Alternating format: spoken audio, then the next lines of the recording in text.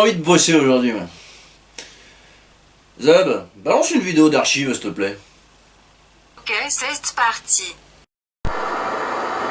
Quoi qu'il en soit, aujourd'hui, je me suis posé cette grande question. Pourquoi est-ce que l'on baille? Eh bien, nous allons savoir tout de suite, en 2 minutes.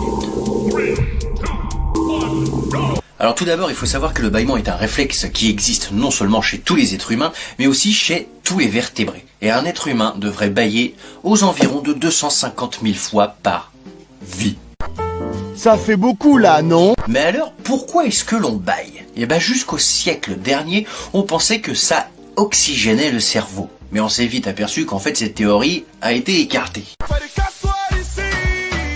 En fait, le bâillement serait déclenché par l'augmentation de la température dans le cerveau. Cette augmentation est déclenchée par le fait d'être malade, le fait d'être fatigué ou encore la chaleur. Il fait chaud! Il fait chaud!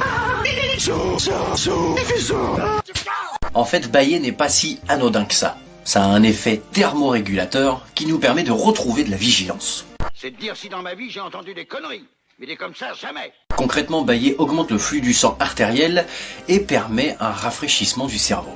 Alors il faut savoir que bâiller serait plutôt bon pour la santé. En effet, même si on ne se fait pas spécialement de bâiller en société, il est recommandé de bâiller à plusieurs moments de la journée pour diminuer notre stress. Si je te dis que t'es tendu, t'es tendu. Ce qui est drôle aussi avec le bâillement, c'est qu'il est contagieux. Vous avez sans doute déjà entendu le vieux tonton de la famille, celui qui est expert en expression française, dire « Un bon bâilleur en fait bâiller 5 » ou 6 ou 7 selon quelle région tu vis. Mais pourquoi? Mais pourquoi?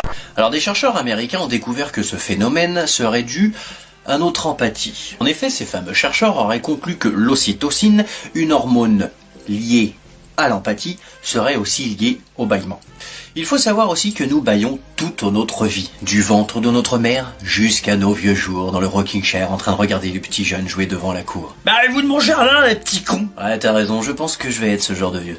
Nous bâillons parce que nous nous étirons le matin, nous bâillons parce que nous sommes fatigués, nous bâillons parce que nous voyons quelqu'un d'autre bâiller, ou nous bâillons après un bon et gros copieux repas.